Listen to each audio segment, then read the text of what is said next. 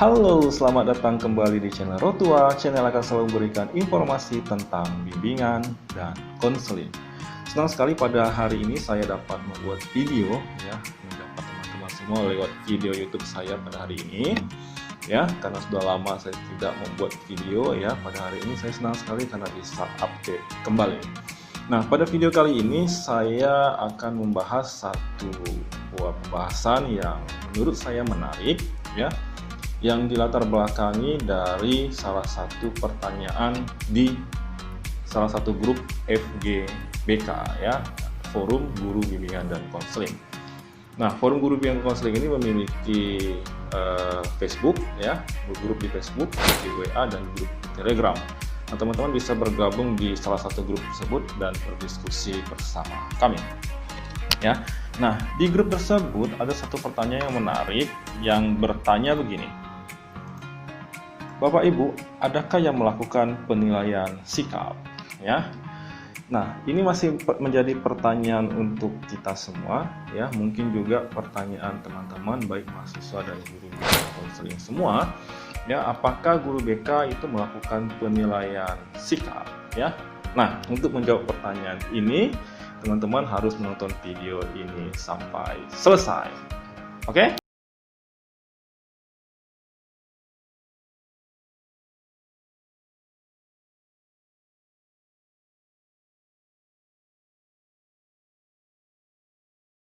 Di awal tadi kalau pembahasan kita pada hari ini adalah tentang penilaian yang dilakukan oleh guru bimbingan dan konseling. Nah, teman-teman bisa melihat di screen. Di sini saya sudah tulis judulnya yaitu penilaian guru bimbingan dan konseling dengan tanda tanya. Nah, video ini dilatar belakangi dari pertanyaan teman di grup WA FGBK tentang penilaian sikap guru BK. Bertanya kepada teman-teman yang lain, apakah Bapak Ibu semua melakukan penilaian sikap? Ini tentu menjadi pertanyaan apakah kita semua melakukan penilaian sikap? Nah, untuk itu kita akan bahas satu persatu Kemudian tujuan dari pembuatan video ini adalah untuk menjawab apakah guru BK melakukan penilaian sikap. Oke. Nah, sekarang kita sebelum kita membahas sebelum kita menjawab apakah guru BK melakukan penilaian sikap, kita harus tahu dulu apa sih penilaian sikap tersebut. Kita mulai dari pengertian dari penilaian sikap. Ini saya sudah ketik tadi pagi saya ketik dan ini akan saya jadikan bahan untuk saya sampaikan lewat video ini Kita mulai dari pengertian Penilaian sikap adalah penilaian terhadap kecenderungan perilaku peserta didik sebagai hasil pendidikan. Jadi, dalam proses pendidikan tentu harus menghasilkan sesuatu Apakah anak tersebut kecenderungannya berperilaku yang positif atau kecenderungannya berperilaku negatif. Nah, tentunya dari hasil pendidikan diharapkan siswa tersebut memiliki hasil yang positif dalam sikapnya. Nah, bagaimana cara penilaiannya? Dilakukan di mana Penilaian sikap ini dilakukan baik di dalam kelas maupun di luar kelas. Di dalam kelas tentunya dalam proses pembelajaran yang Bapak Ibu guru pelajaran, Bapak Ibu guru mata pelajaran lakukan sambil mengajar tentu kita mengamati sikap siswa tersebut apakah sudah berperilaku yang positif atau tidak Nah, tentu kalau tidak bersikap negatif mereka bersikap negatif, tentu tugas kita sebagai guru untuk meluruskannya Kemudian jadi yang baik di dalam kelas dalam proses belajar mengajar maupun di luar kelas di luar kelas yang tidak dalam pembelajaran. Misalnya pun saat siswa bergaul dengan teman kelasnya di luar pelajaran kita juga harus amati untuk kita lakukan dalam penilaian sikap apakah dalam bergaul dengan teman mereka sudah baik dan benar atau masih perlu kita luruskan juga. Nah, sehingga penilaian sikap ini adalah dilakukan di dalam kelas maupun di luar kelas Kemudian penilaian sikap memiliki karakteristik yang berbeda dengan penilaian pengetahuan dan keterampilan. Nah, seperti kita ketahui bersama, kalau penilaian di raport kurikulum 2013 itu ada 2 nilai ya. Yang pertama itu penilaian pengetahuan dan penilaian keterampilannya ya. Dan ditambah dengan tentunya penilaian sikap. Jadi 3 di sini ya. Jadi berbeda cara penilaian pengetahuan dan keterampilan dengan penilaian sikap. Nah, jadi karena berbeda sehingga teknik penilaian digunakan juga tentunya adalah berbeda. Nah, teman-teman, dalam penilaian sikap ini punya 2 cakupan. Apa itu cakupannya ya? Pasti contohnya yaitu adalah yang pertama ini adalah sikap spiritual ya, sikap spiritual. Cakupan pertama adalah sikap spiritual. Apa itu sikap spiritual? Saya akan jelaskan di bawah, ada pengertiannya ya. Yang kedua adalah sikap sosial ya. Jadi ada sikap spiritual dan sikap sosial. Sikap spiritual itu adalah yang berkaitan dengan pembentukan siswa yang beriman bertakwa sebagai perwujudan menguatnya interaksi vertikal dengan Tuhan Yang Maha Esa. Nah, jadi dalam proses belajar mengajar, proses pendidikan di sekolah tentu juga membentuk siswa yang berkarakter, yaitu yang beriman dan bertakwa kepada Tuhan Yang Maha Esa. Ya, dengan karakteristik ya menguatnya interaksi hubungan manusia dengan Tuhannya ya. Jadi semakin kita menjadi orang yang berpendidikan, tentunya siswa-siswi kita harapkan memiliki hubungan yang baik dan erat kepada Tuhan Yang Maha Esa sesuai dengan ajaran agamanya masing-masing tentunya ya. Yang kedua, sikap sosial. Sikap sosialnya adalah sikap yang berkaitan dengan pembentukan siswa yang berakhlak mulia. Berakhlak mulia tentu banyak ya, jujur, rapi, bersih, ya, mandiri, bertanggung jawab, demokratis, ya, sebagai perwujudan eksistensi kesadaran dalam mewujudkan harmoni kehidupan terhadap sesama. Ya, jadi kalau spiritual tadi untuk kepada Tuhan, sedangkan sosial ini terhadap sesama manusia, ya, sama manusia dia jujur nggak, ya kan, sama manusia dia toleran nggak, dan lain-lain sebagainya. Atau terhadap diri sendiri dia bertanggung jawab nggak terhadap dirinya, ya kan? Atau dia demokratis nggak, mau mendengarkan pendapat orang lain atau tidak. Nah, itu adalah sikap-sikap sosial yang pembentukannya ya dapat kita nilai dalam proses belajar, baik di dalam kelas maupun di luar kelas, gitu ya. Nah, jadi cakupannya itu adalah sikap spiritual dan sikap sosial. Oke. Nah, kemudian membahas berikut. Nah, berikut ini adalah tabel dari cakupan penilaian sikap, ya. Kalau penilaian sikap spiritual itu dapat kita lihat dengan cara indikatornya adalah menghargai dan menghayati ajaran agama yang dianut. Ya, setiap orang harus menghargai dan menghayati ajaran agama yang dianutnya, ya. Bukan justru jadi bahan olok-olokan. Ini ada orang yang misalnya kita suruh berdoa tetapi tertawa-tertawa, ya, itu berartinya sikap spiritualnya itu masih kurang baik. Kan ada biasanya kalau marilah kita berdoa menurut agama kepercayaan kita masing-masing di kelas. Ada masih siswa yang masih ganggu-ganggu temannya misalnya, ya kan, cengengesan. Nah, itu menandakan kalau sikap spiritualnya itu belum baik. Nah, itu perlu kita perbaiki, ya, agar anak tersebut memiliki sikap spiritual yang baik. Ya, kalau penilaian sikap sosial ini ada 7, ya, ada jujur, disiplin, tanggung jawab, toleransi, gotong royong, santun, dan percaya diri. Jadi inilah yang akan dinilai dalam proses penilaian sikap, ya. Ada 8 berarti. Kalau spiritual itu menghayati ajaran agama dianut. Kalau sikap sosialnya ada 7. Jadi ada 8 indikator yang akan dinilai dari penilaian sikap ini. Oke. Kita lanjutkan kembali. Nah, siapa yang melaksanakan penilaian sikap ini? Nah, ini sekaligus menjawab pertanyaan yang pertama tadi, ya. Apakah guru BK melakukan penilaian sikap? Nah, dijawab di sesi ini, ya, di sisi ini, ya. Coba kita lihat. Nah, pelaksana penilaian sikap itu ada 3, ya. Yang pertama, semua guru mata pelajaran tanpa terkecuali, ya. Baik pelajaran kalau di SMK produktif, adaptif, itu semuanya juga melakukan penilaian sikap.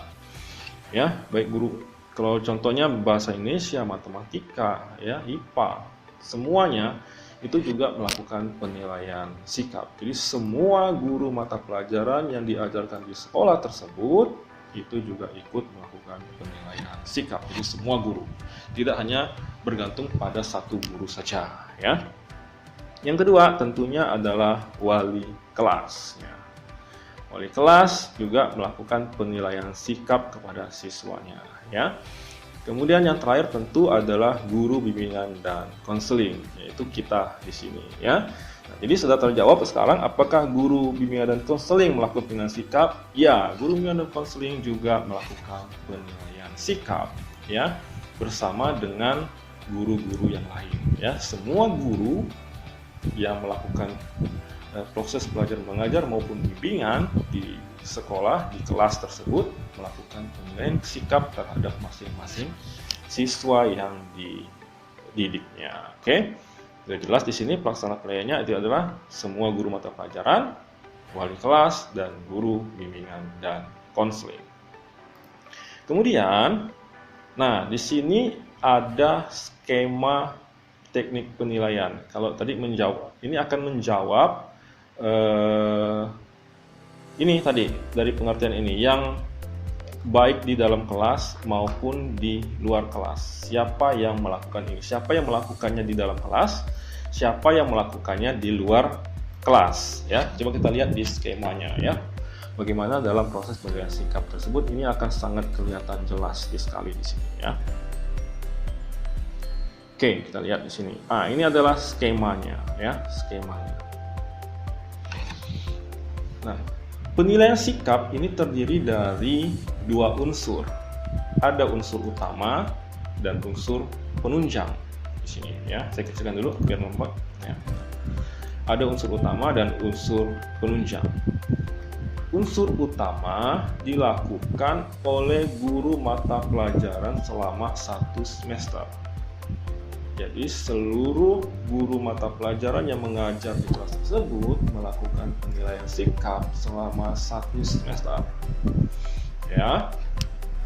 Kemudian yang kedua adalah dilakukan oleh guru BK dan wali kelas selama 1 semester. Jadi unsur pertama yang utama itu dilakukan oleh guru mata pelajaran dan guru BK dan wali kelasnya. Kemudian, guru mata pelajaran selama 1 semester melaksanakan penilaian sikap kepada siswanya itu dilaksanakan selama proses pembelajaran dan di luar pembelajaran, ya. Jadi guru mata pelajaran melakukan proses pelaksanaan penilaian sikap itu di dalam pembelajaran maupun di luar pembelajaran. Nah, nanti kita akan lihat bedanya, ya. Sedangkan guru BK dan wali kelas selama 1 semester melaksanakan penilaian sikap di luar jam pembelajaran, di luar, ya, garis bawahi, di luar jam pembelajaran, baik secara langsung maupun berdasarkan informasi laporan yang valid, ya. Jadi di sini kalau guru mata pelajaran ini melakukan dalam proses pembelajaran atau di luar pembelajaran, misalnya kalau dalam proses pembelajaran ada siswa yang mengalami kesulitan, ya, yang perlu ditangani segera oleh BK dan wali kelas. Nah, guru mata pelajaran bisa melaporkannya ke guru BK dan wali kelas, ya, untuk diperbaiki sikapnya, ya. Misalnya ada salah siswa yang tidak bertanggung jawab, yang jarang mengumpulkan PR, ya, dan sudah dilakukan pembinaan oleh guru mata pelajaran tapi belum berhasil, dapat dialih tangankan ke guru wali kelas ataupun guru bimbingan dan konselingnya untuk diperbaiki, ya.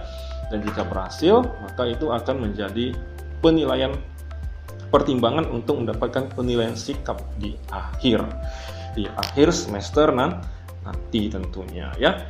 Jadi guru BK meremedi apa yang telah dilakukan oleh guru mata pelajaran. Jadi kalau misalnya di guru mata pelajaran ini ada yang yang sudah dilakukan dengan baik tapi belum berhasil, maka akan dilanjutkan oleh guru BK-nya. Oke, seperti itu. Nah, kemudian yang penunjang ini adalah penilaian diri dan penilaian antar teman. Ini ada juga antar penunjangnya yang antar teman dilaksanakan sekurang-kurangnya 1 kali dalam 1 semester, ya. Itu bisa juga. Tapi kalau menurut saya, kalau yang utama ini sudah baik, ya. Kalau yang namanya penunjang boleh ya, boleh tidak, boleh dilakukan, boleh tidak, ya. Boleh dilakukan, boleh tidak. Tapi yang paling utama ini antara guru mata pelajaran dan guru BK ini harus ya. Kalau penunjang ini boleh ya, boleh tidak, ya. Oke.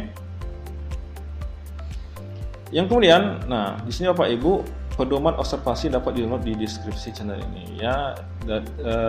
Pedoman untuk melakukan observasi dalam penilaian sikap ini, jika Bapak Ibu perlukan, Bapak Ibu bisa atau teman-teman bisa download di deskripsi channel ini, ya. Sudah saya siapkan di sana, ya.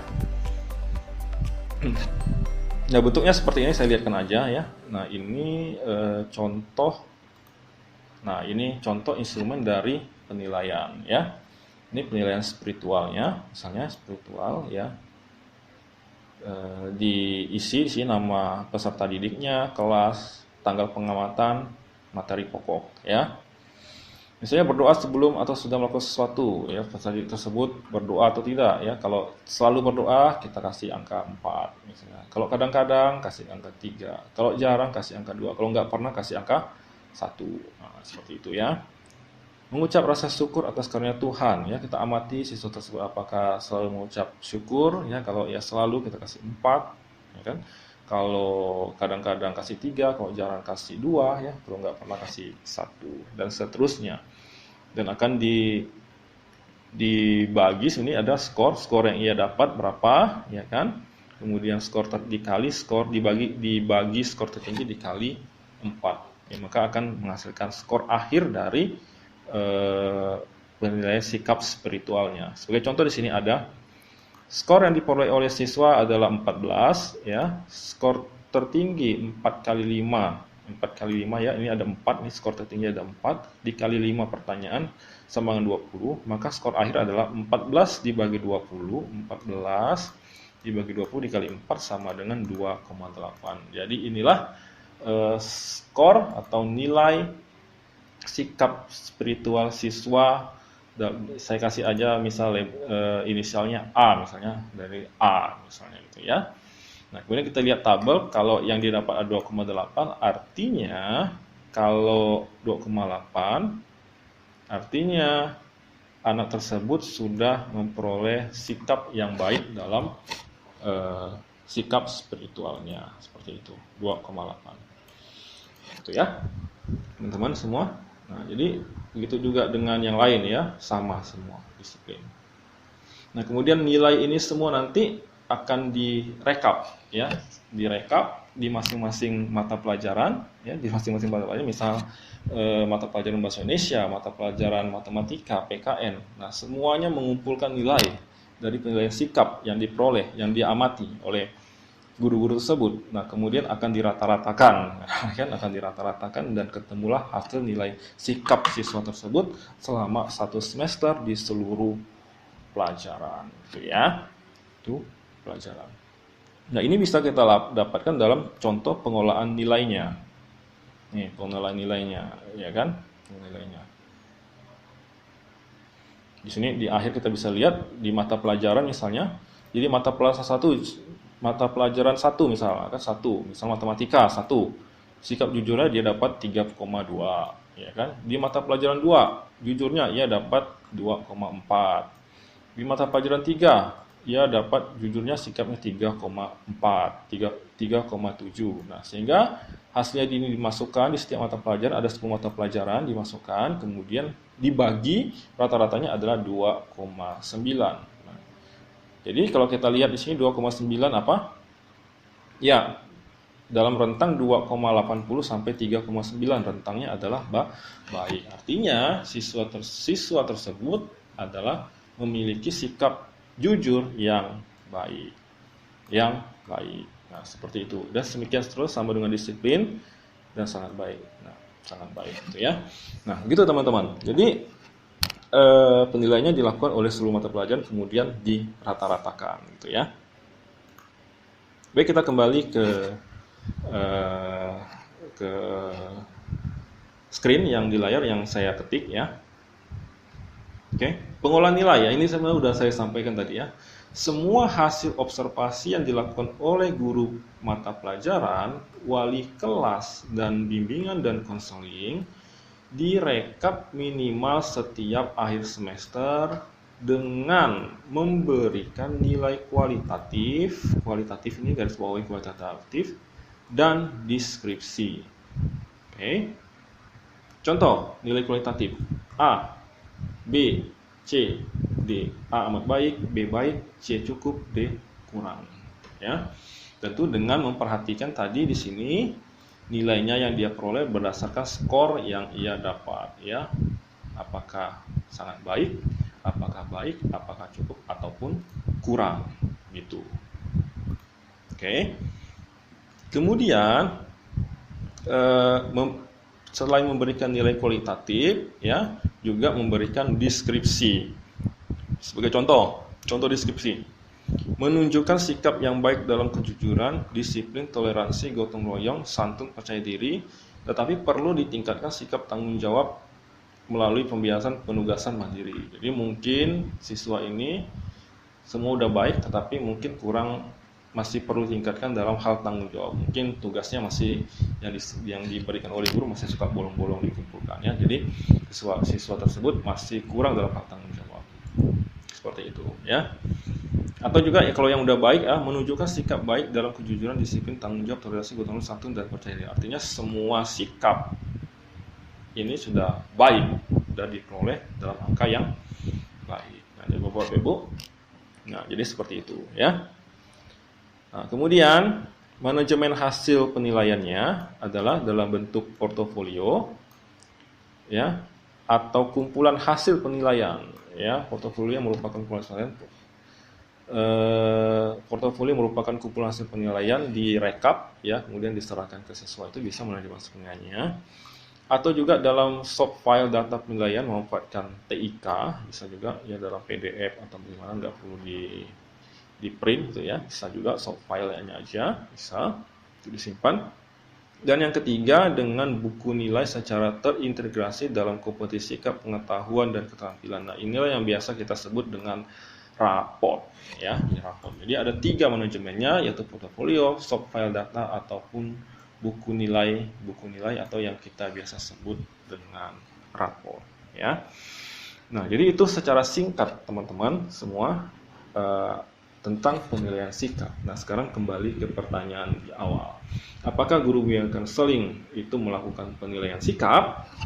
Jawabannya sudah kita dapatkan tadi. Kalau ya, guru bimbingan dan konseling juga melakukan penilaian sikap yang dilakukan di luar kelas, ya. Yang artinya jika ada siswa yang masih kesulitan ya dalam membentuk karakter sikapnya setelah ditangani oleh guru mata pelajaran yang melakukan proses pembelajaran di dalam kelas masih kurang ya, sehingga perlu ditangani oleh guru BK untuk diluruskan ya kan. Nah, sehingga hasil dari pelaksanaan bimbingan konseling tersebut dapat dijadikan pertimbangan untuk nilai akhir sikap siswa tersebut, apakah berubah atau tidak ya. Jika berubah tentu nilainya hasilnya akan baik, jika tidak maka akan kita perbaiki lagi, tetapi akan dicantumkan dengan cukup atau kurang begitu ya teman-teman semua.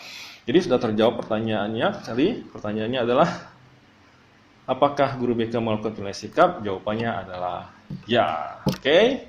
Terima kasih atas perhatian teman-teman semua. Sampai jumpa di video selanjutnya. Jangan lupa like, subscribe, dan share video ini agar saya semakin semangat untuk membuat video-video berikutnya. Salam BK mengudara. Dadah.